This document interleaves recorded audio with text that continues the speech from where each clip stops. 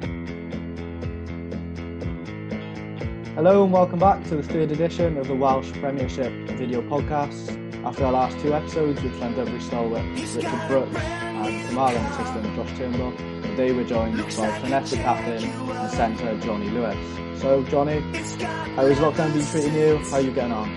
Yes, it's been alright to be honest. It's been a nice change. It's been a strange old time, but it's been nice to spend some real quality time with the kids, which you don't really get in normal life. But we had a bit of sad news. One of the boys in the yard works for Western Power. He had it early on, and he passed away. Probably I think it was April, so that was a bit of a body blow. But I know everybody wishes John and John's family the best. But so it was a bit of a tough one to take. But I say it's been nice to spend some time at home. I've still been working because I work for Western Power, so we've been on the faults pretty much through all it. So if my boss is watching, I've been really busy.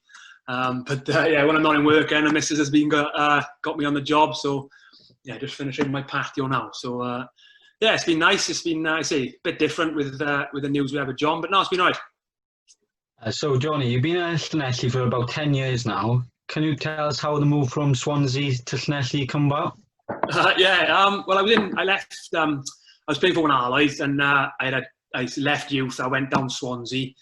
And I had two and a half years there, but I was a real squad player. I didn't really I think I played only 15, 16 games in the 2.5 years. So I was playing for my local club Wine when I lived, and I was playing down Kidwelly actually for Wine.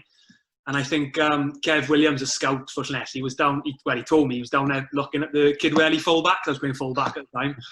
And I had a decent game, and I spoke to Bucks phone me then in the week, and just he didn't know about Swansea, obviously. Yeah. So I wasn't on much money at all in Swansea. So he was like, "Are they paying you?" I was like, "Not really." And he said, "Oh, don't worry about it. We'll just sort of transfer out." And I joined then, and never looked back really. And you've played over 200 games for Llanelli now. What does the club mean to you, from the coaches to the fans to the players? Oh, it's been a huge part of my life. Like I say, I mean, I love rugby, and I always have done. I always will do. And going down at Llanelli, I was a Swansea boy. I supported Swansea as a youngster.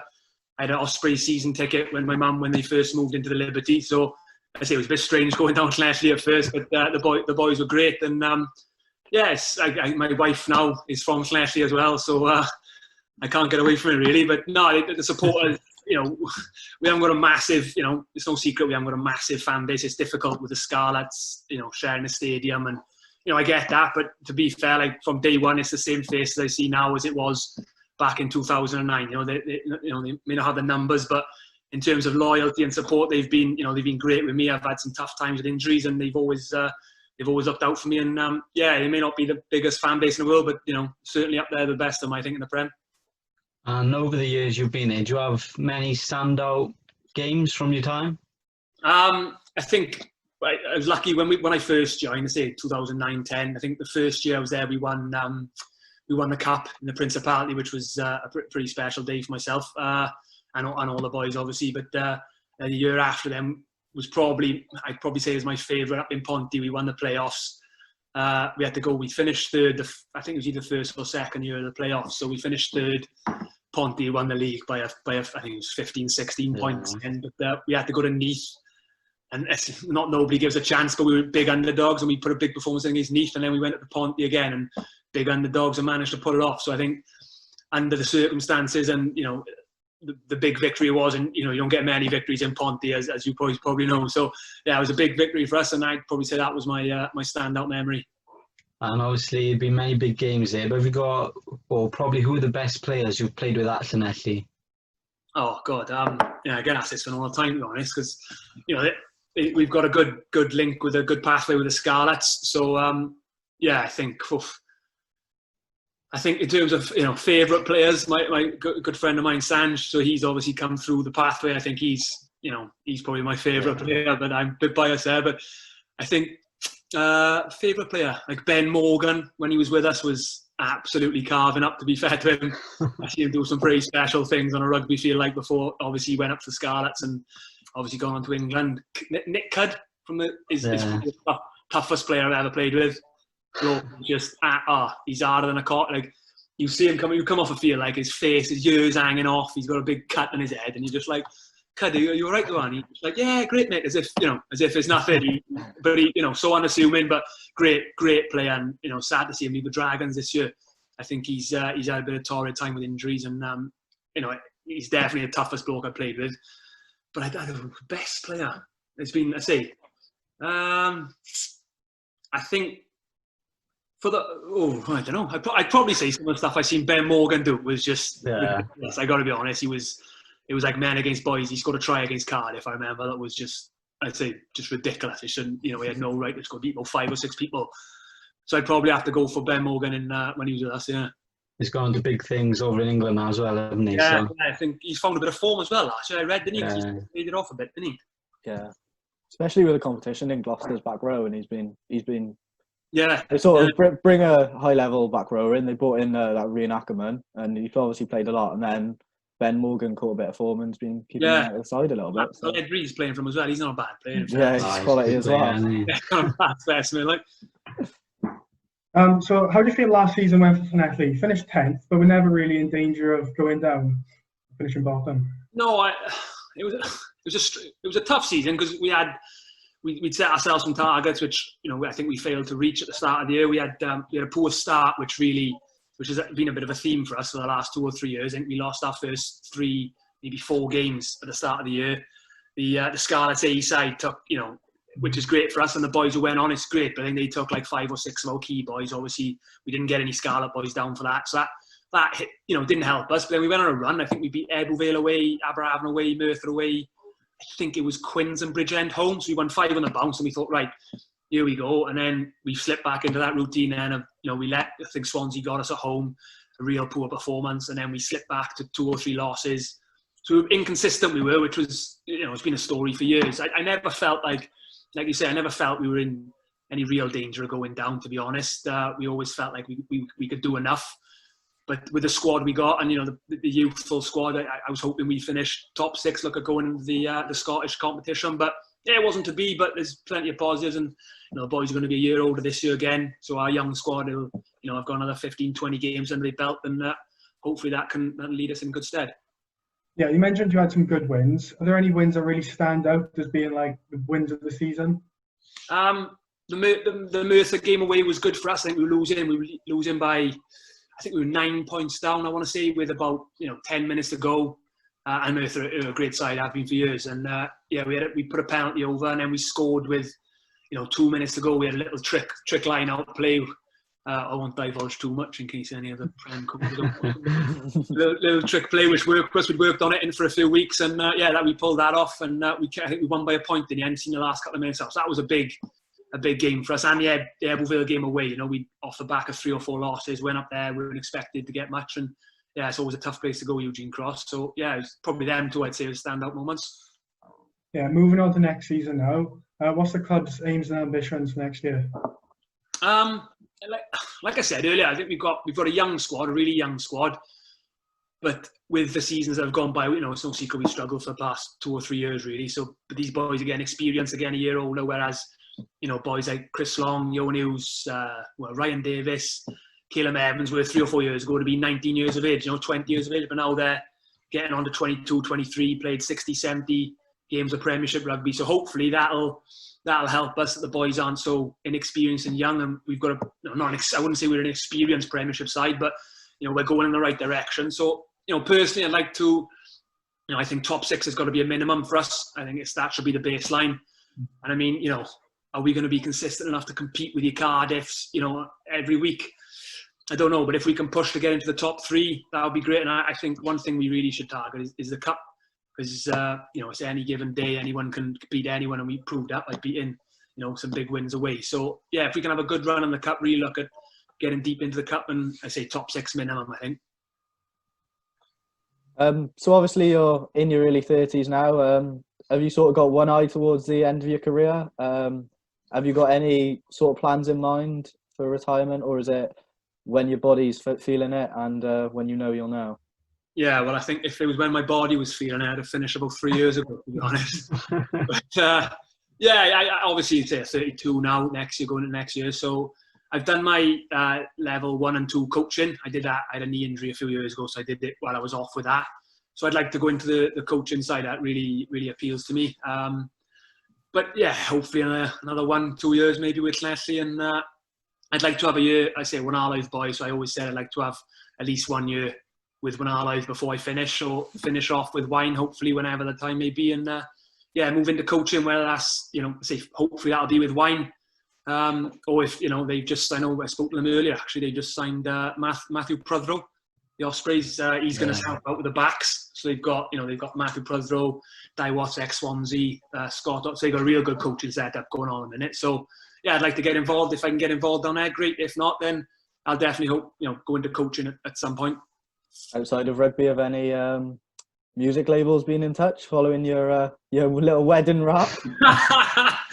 Where do you find out that? Google, mate. One of the first things that comes up. No, I haven't. Believe it or not, I was hoping so, but nothing. No, Llanelli boys are getting popular for the singing. I was seeing Jacob Lewis on Twitter the other day. I know. Class. Someone I spoke to him. He showed us a picture of his DMs and Jesus Jones. He's blowing up on Twitter, to be fair, but no, nothing. I don't know. I got asked. The Western Mail phoned me after it. I was driving the car. I was like, what's going on? Like, he was just asking me the most random questions in the world. But yeah, it was. I don't know. It was just, looking back, I was a bit. I can't believe I did it. But it just come off, and I almost shit out. I got to be honest. I was sitting on top of it, and my so much more nervous. I was like, I can't do it. And I hadn't told anybody. Literally nobody knew. And then I told my mate then, who was down there. I said, look, I had something planned, and I was like, I can't do it. And he's like, no, just do it. And then it was a little shot of the bar. And then just as soon as it dropped, then you gotta let it go. Class. So you've played in the Premiership for a long time now. Who's the best team you've come up against over the years? Probably the Ponty, early 2010s, to be honest. We had some real good battles. We won the first one up there. I think we lost the next two in the finals up there. They were always tough. We met them in the British Cup quarter final up there as well one year. Played them in a cup, God knows how many times. And to be fair, they've normally got the better of us. But we had some big performances up there. So I'd probably say that side of what's that, 2011 to 2014 was probably the best. Especially up in Sardis Road when they had a packed house up there. It was a tough place to go. So I'd probably say for them. And then who's the best player you've come up against in the Prem?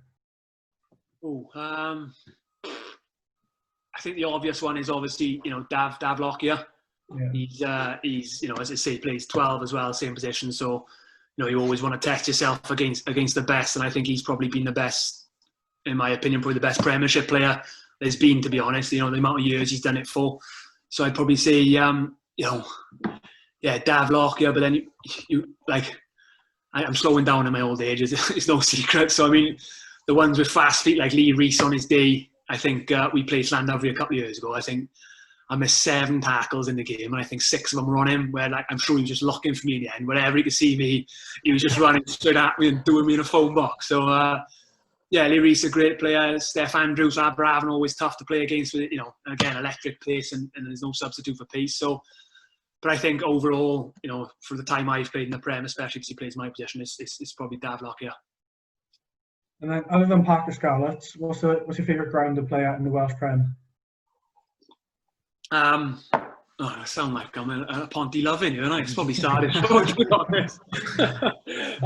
I think obviously the surface was never great, which was it wasn't a nice place to go in early January or something like that, But the 4G, I'm not a fan of 4Gs. I'll be honest. It's hard on the joints. You come off and your ankles, your hips, knees, elbows, everything seems to take an extra 3 or 4 days to recover. Surface wise, I think Parker Scarlets is obviously up there. It's probably the best surface in the Prem. But Swansea's always got a nice track down there. It's always you don't get a bad day, a mud bath down there in Swansea. But as a ground, I think it's with the crowds they've got for the last 10 years, I think it's got to be Sardis Road. And finally, what's your thoughts on the regional youngsters playing in the Premiership? Because obviously Scarlets have got good links with Llanelli and helped you out over the years. But what's your opinion on it? Oh, I'm a big fan, to be honest. I always have been. I think that's one thing when you sign for Llanelli, you know the score, as in there's going to be boys dropping down, and unfortunately, if they play in your position, I mean, if you're playing well, yes, you've got an excuse. But if the Scarlet boys are dropping down, that's what you sign up for, really. Scott Williams used to play with us, Nick Wren, and if they tell you one day Scott Williams is dropping down, then you just got to accept the fact sometimes that you're going to be on the bench or whatever. So yeah, I'm a big fan. I think the Premiership gets a lot of stick from a lot of people, especially in the media, saying it's not fit for purpose. But I personally think it's the perfect pathway tool for young pros. You learn a lot more, I think, playing up in Ponty or at home to Cardiff in a meaningful game than you probably will in a regional A game where there's nothing on it, and it's a glorified under 23s league.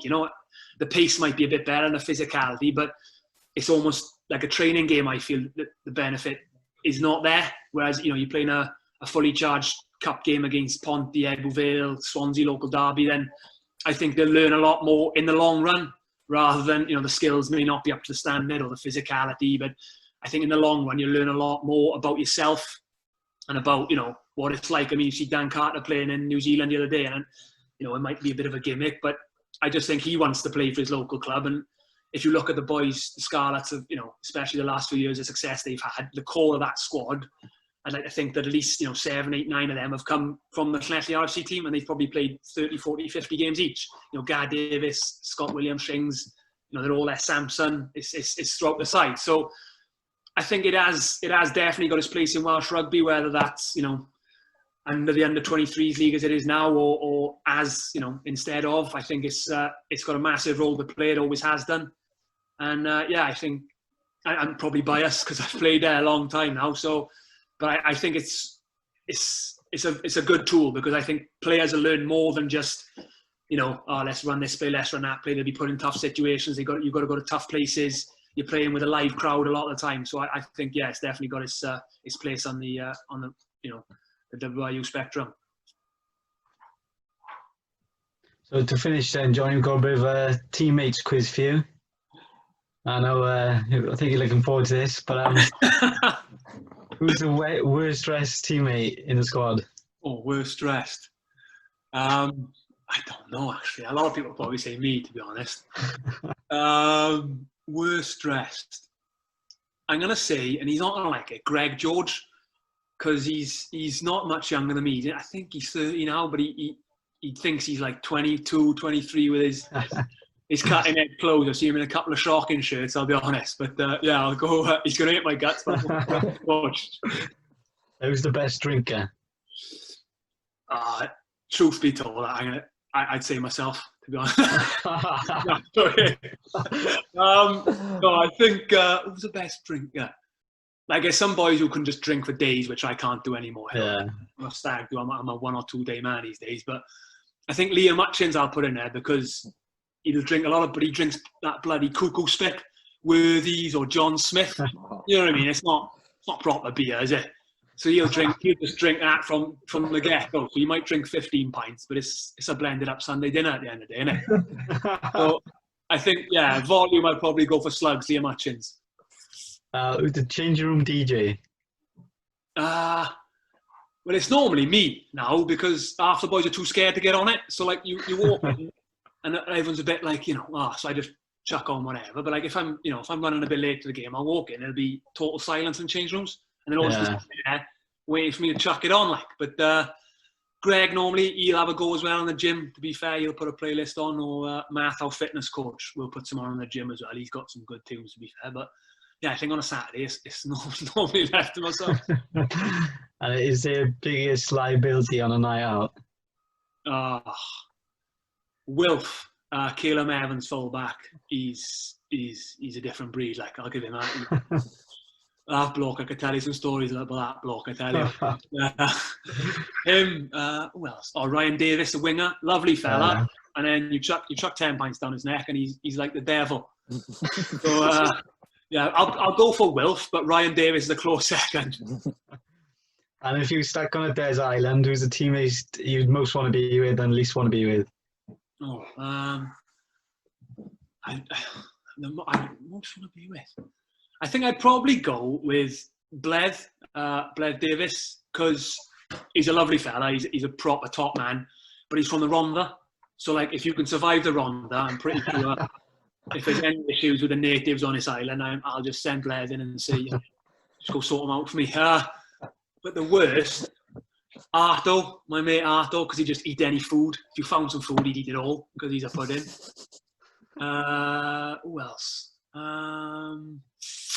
Tom Ryan Thomas, because he's the tightest man in the world, and he'd just be moaning about how much he's getting paid to be on this desert island and where's his next contract coming from.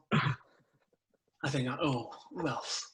There's a few blokes I'd hate to be stuck with mine, to be honest. Oh, I tell you what, Ty, our outside half, because we had a social last year, right? And he is obsessed with Jeremy Corbyn. So literally, we were sat there and he's giving British politics the good going over to the boys, talking about you've got to vote for manifestos. Half the boys don't even know what a manifesto is. And he had like half an hour Ty pleading for everyone to vote Labour. So I think being stuck on a desert island would be tough work with him, to be honest. So I'll go for Ty. Right then, coming to the end of another episode. Cheers for coming on, Jonny.